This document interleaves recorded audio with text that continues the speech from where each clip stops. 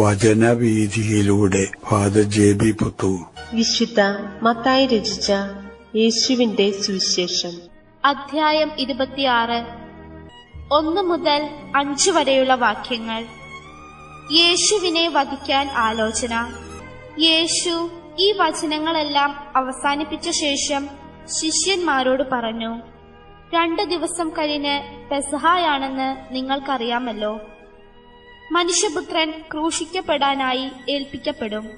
പ്രധാന പുരോഹിതന്മാരും ജനപ്രമാണികളും കയ്യഫാസ് എന്നു പേരായ പ്രധാനാചാര്യന്റെ കൊട്ടാരത്തിൽ സമ്മേളിച്ച് യേശുവിനെ ചതിവിൽ പിടികൂടി വധിക്കേണ്ടതെങ്ങനെയെന്ന് ആലോചിച്ചു. അവർ പറഞ്ഞു, തിരുനാൾ ദിവസം വേണ്ട, ജനങ്ങൾ ബഹളമുണ്ടാക്കും. യേശുവിനെ വധിക്കുന്നതിനുള്ള ഉന്നതതല ഗൂഢാലോചന. സമൂഹത്തിന്റെ ഉന്നതതലത്തിൽ തന്നെ സംബന്ധിച്ചുള്ള ഗൂഢാലോചനകൾ നടന്നുകൊണ്ടിരിക്കുകയാണെന്ന് യേശു വ്യക്തമായിട്ട് ശിഷ്യന്മാരോട് പറയുകയാണ്.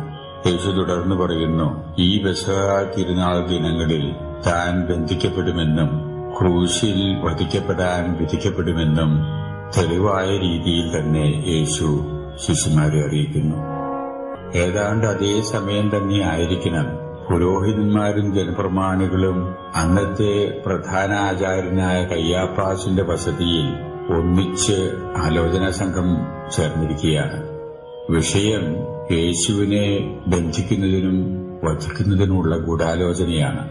ഈ ഗൂഢാലോചന നടത്തിക്കൊണ്ടിരിക്കുന്ന അവസരത്തിൽ ഒരു വിഭാഗം ആളുകൾ പറഞ്ഞു, ഈ പെസഹ തിരുനാൾ ദിവസങ്ങളിലെ അത് വേണ്ട, കാരണം ജനങ്ങൾ ഒരുപാട് തിങ്ങിക്കൂടും. ജനങ്ങളുടെ മുമ്പിൽ യേശുവിന് വളരെ നല്ല ആദരവും ബഹുമാനവും മതിപ്പുമാണ്. ആ ദിവസങ്ങളിൽ യേശുവിനെ ബന്ധിക്കാൻ ശ്രമിച്ചാൽ ആളുകൾ ബഹളമുണ്ടാക്കും.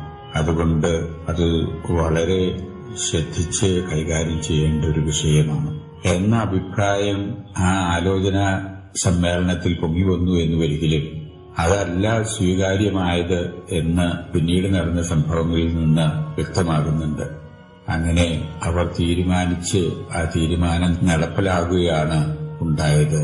ആ പെസഹ ദിനത്തിൽ യേശുവിനെ ബന്ധിക്കുക തന്നെ ചെയ്തു എന്ന് നമുക്കറിയാം.